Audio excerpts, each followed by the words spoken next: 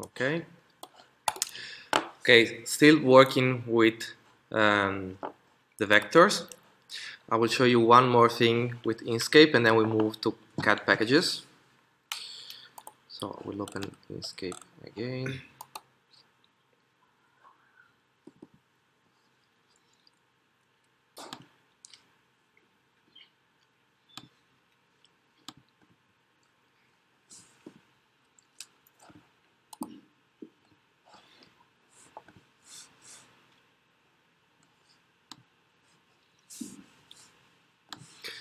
Okay, I will import an image, in this case a black and white image, so we know that everything is going to work.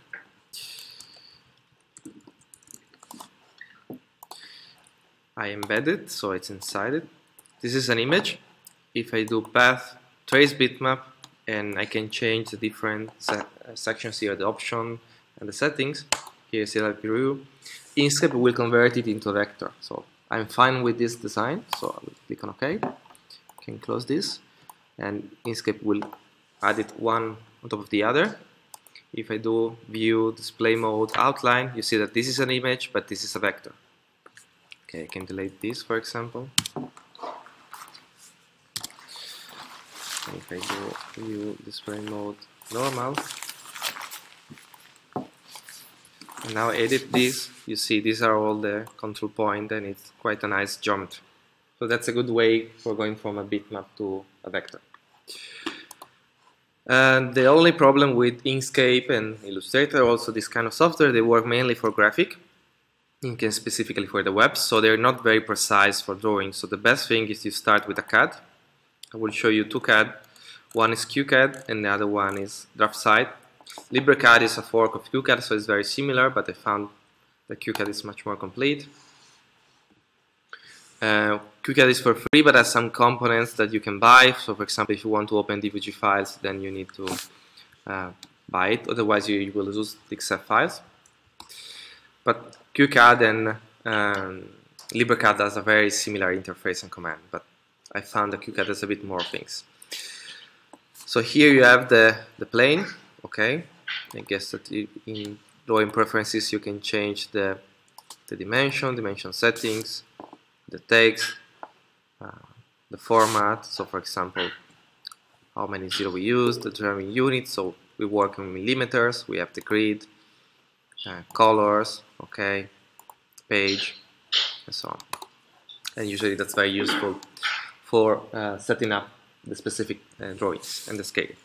Here you have the layers, so that's the same thing that you will do in Inkscape and GIMP. The only difference is here you can change the color for each layer, the line weight and line type. So usually that's a good way on CAD packages to differentiate the different kind of elements. That's a bit more logical if you want. Of course, black will be rendered in white here. Here you can choose different points, lines. You have some menus with more options, arcs, circles, ellipses, Bezier. I think this is polyline. Yes, polyline. Rectangles or polygons. You can add text, you can add dimensions, you can add, you can fill areas, you can add pictures, you can modify things, measure things, create block that you can repeat, select different elements.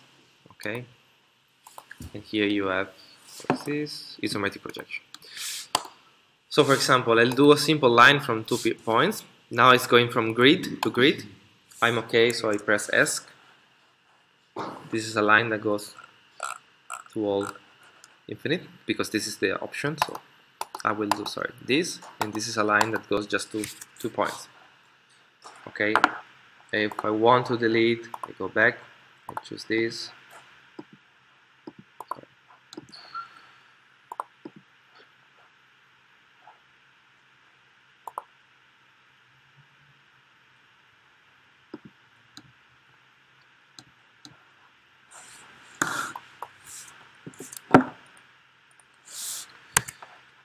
So the other thing that you can do, you can add a line with different snaps. The snaps are here. Okay, so it's very important, so you can have very different settings. So for example, if I do middle, you will go from this middle. Okay, this doesn't have middle because it's infinite. So I will do another line just for example.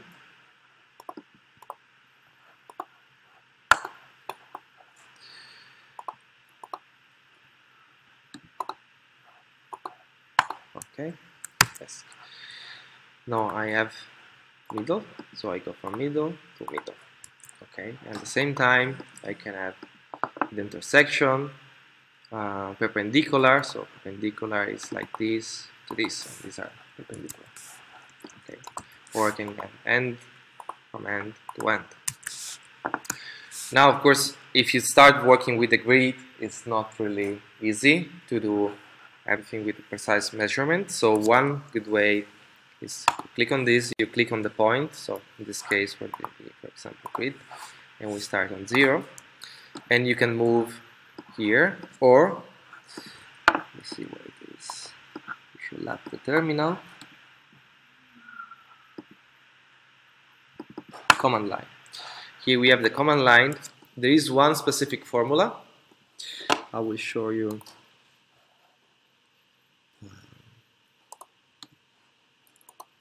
Let me just change the setting.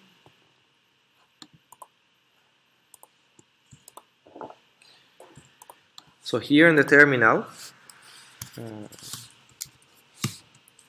you write 8.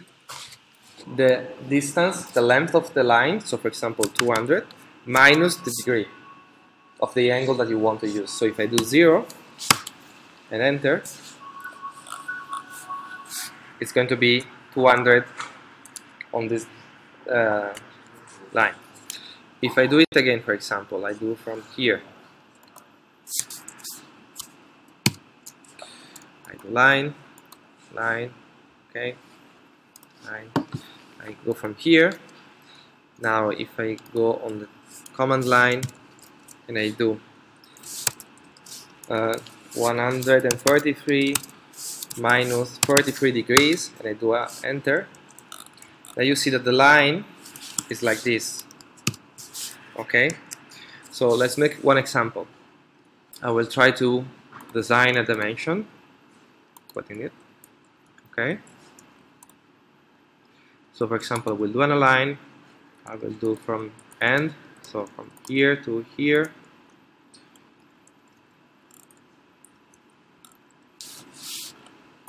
So you see it's 133. Okay, if I do, for example, another line from end,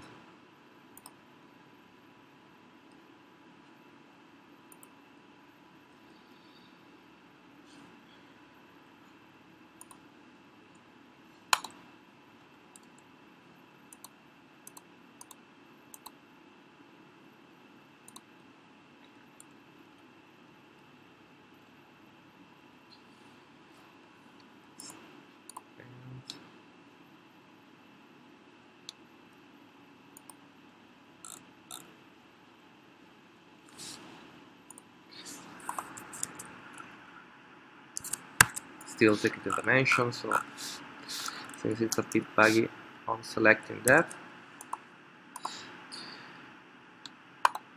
so let's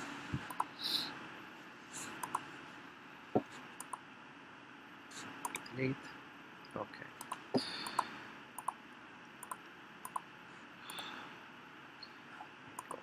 delete,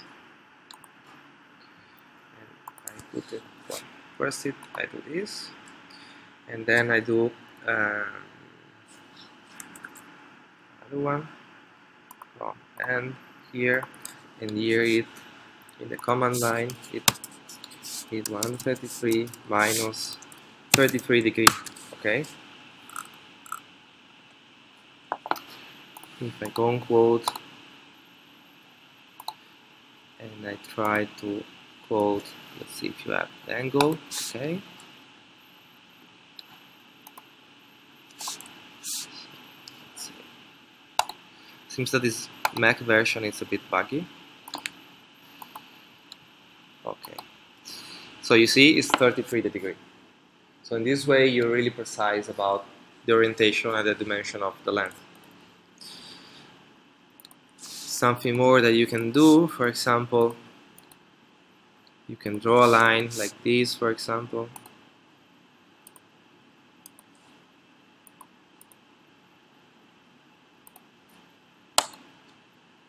Okay, and you can use this for deleting, cutting the other part. That's usually called trim. So let's modification tools. Otherwise, you can do modify, trim. You choose the limiting entity, so in this case, this entity to trim. It will delete on this side.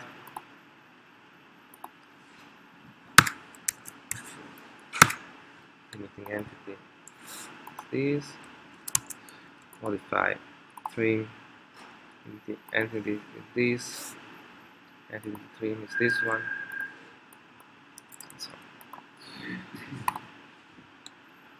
So then you can add more things and so on, and then with this you can export as PDF that you can open in Inkscape and so on. You can export a bitmap, you can save as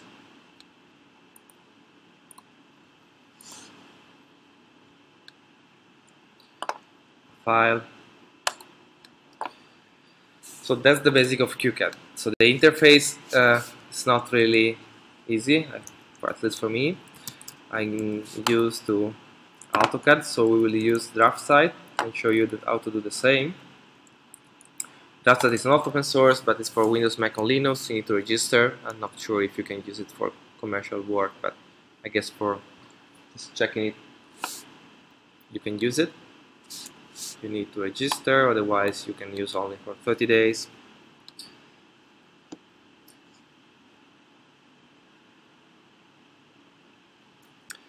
Here again, you have a window with different elements.